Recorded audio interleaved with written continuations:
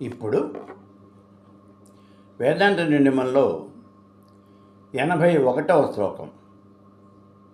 ఈ శ్లోకం చూద్దాం. నవభ్యోస్తి పరం ప్రత్యక్ నవవేదం పరం పరం తద్విజ్ఞాత్ భవేత్తుర్య ఇది వేదాంత నిండిమ. పుర్యష్టకము, చిదాభాసుడు, ఈ తొమ్మిదింటికి కూడా అతీతంగా ఉండి తొమ్మిదింటిని ప్రకాశింపజేసేటటువంటి ఆ పరమాత్మని గురించి తెలుసుకోవటం వల్లనే ముక్తి అనేది ప్రాప్తిస్తుంది అని చెప్తూ ఉన్నది వేదాంత డిండిము. ఇప్పుడు ఇవన్నీ కూడా కొన్ని పారిభాషిక పదాలు వాడేశారు ఇక్కడ. పుర్యష్టకము అన్నారు. ఏమిటి పుర్యష్టకము అంటే?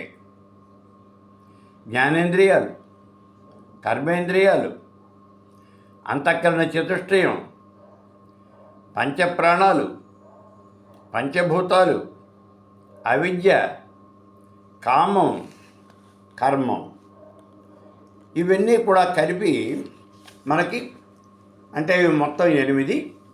వీటినే పుర్యష్టకము అని అంటారు.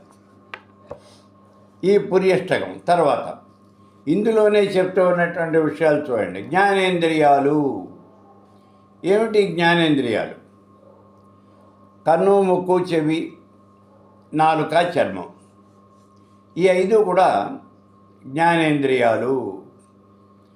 మరి కర్మేంద్రియాలు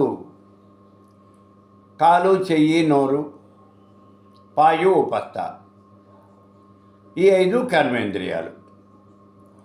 అంతఃకరణ చతుష్టయము మనస్సు, బుద్ధి, చిత్తము, అహంకారము.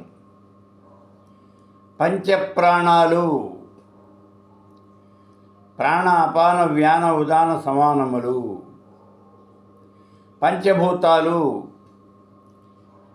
నేల, నీరు, నింగు, నేల, నీరు, నింగి, నిప్పు, ఆకాశము, ఈ 5 కలిపితే పంచభూతాలు.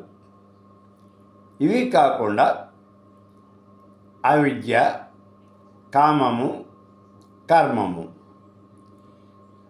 ఈ మొత్తాన్ని మనం పుర్యష్టకము అని అంటూ ఉన్నాం. ఈ పుర్యష్టకాన్ని మనం తెలుసుకోవాలి. అసలు పుర్యష్టకము అంటే ఏమిటో ముందు మనం తెలుసుకోవాలి. అది తెలుసుకోకుండా ఎట్లా? ఈ 8 అంటే ఈ పుర్యష్టకాన్ని ప్రకాశింపజేసేవాడు ఎవరు అంటే అతడే చిదాభాసుడు, అతడే పరమాత్మ. కాబట్టి ఈ పుర్యష్టకాన్ని ప్రకాశింపజేసేటటువంటి వాడు ఆ చిదాభాసుడిని, మొత్తం ఈ 9 కూడా ప్రకాశింపజేసేవాడు పరమాత్మ అనే విషయాన్ని కనుక మనం తెలుసుకున్నట్లయితే అలా తెలుసుకున్నటువంటి వాడు ముక్తి పొందుతాడు అని చెప్తోంది ఈ వేదాంత డిండిము.